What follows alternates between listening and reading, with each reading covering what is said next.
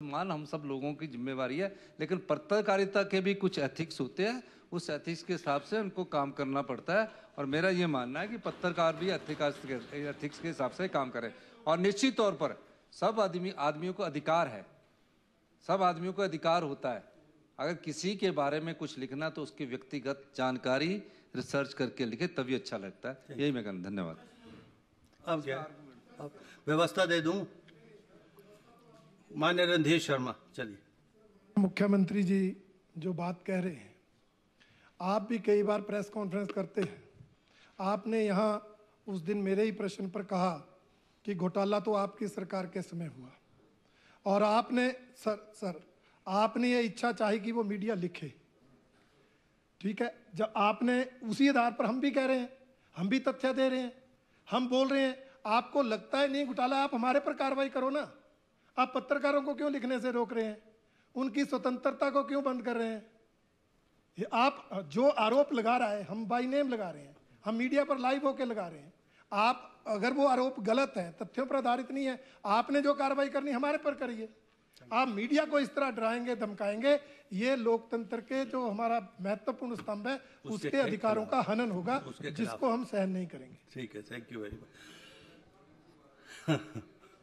मैं भी बस, अच्छा, माननीय मुख्यमंत्री महोदय, ऐसा कह रहे कि सदन का अगर आप एफिडेविट देंगे, मैं दावे के साथ कह सकता हूं रणधीर जी, हमारी सरकार इंक्वायरी भी करवाएगी। आप एफिडेविट दीजिए, और किसी के कहने से नहीं। और क्योंकि एफिडेविट देके हम जो एफिडेविट देना उसके खिलाफ कार्रवाई करने लायक तो होते हैं, उसकी बात को करने के लिए होते हैं। सदन की छूट प्राप्त करके हर कुछ यहाँ सदस्य बोलता है, सदन की छूट प्राप्त करके, क्योंकि सदन ने एक छूट दे रखी है। आप एफिडेविट दीजिए, मेरी सरकार किसी भी घोटाले की इंक्वायरी करवाएगी। और दूसरी बात, मैं बहस में नहीं पढ़ना चाहता, आपको मैं बताना चाह रहा हूँ, दिस इज ट्रू। और दूसरी बात, अगर किसी ने बोल दिया है, हम वो नहीं कह रहे, एथिक्स लिखो। अगर घोटाला है तो उस पत्रकार को घोटाला लिखना चाहिए।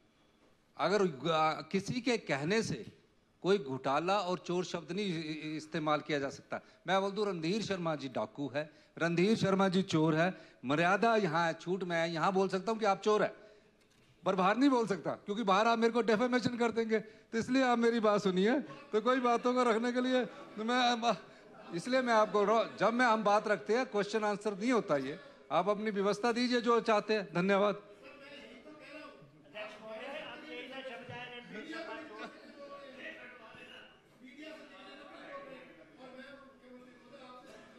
बस बस हो गया Ranjit, I am not allowed, मैं अलाउ नहीं कर रहा। मान Randhir Sharma ji, with in 1 minute.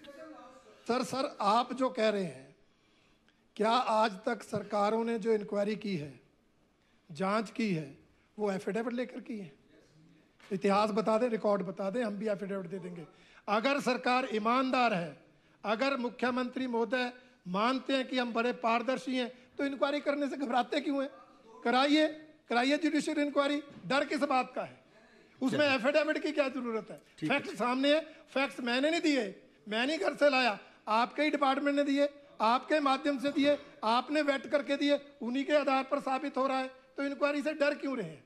परंतु वो कराना ना कराना आपका विशेषाधिकार है, परंतु आप लिखने से मीडिया को नहीं रोक सकते। चलिए, हम अगर आरोप तथ्यों पर लगाएंगे तो media is free. Mukesh ji हंस रहे हैं क्योंकि पत्रकार रहे हैं, ये क्या क्या लिखते थे, कैसे कैसे लिखते थे, सब जानते हैं। चलिए, और इसलिए ये पत्रकारों की आजादी को समाप्त नहीं किया जाए। Thank you. ये जो विषय यहाँ पर माननीय रणधीर शर्मा जी ने उल्लेख तो मेरा ही किया, फिर उसके बाद डाइवर्ट कर दिया वरे परे। मैंने सुबह ये कहा था, पत्रकारों की स्वतंत्रता के ऊपर कहीं भी हस्तक्षेप ये माननीय सदन नहीं करना चाहता। Let me clarify this. पर पत्रकार बंधुओं की भी जिम्मेवारी है। ये लोकतंत्र प्रजातंत्र के 3 पिलर और चौथा प्रेस भी उतना है जो जनता तक यहाँ के संवाद को वहाँ तक पहुँचाता है। और कोई भी ऐसी खबर जिसका संबंध हो ही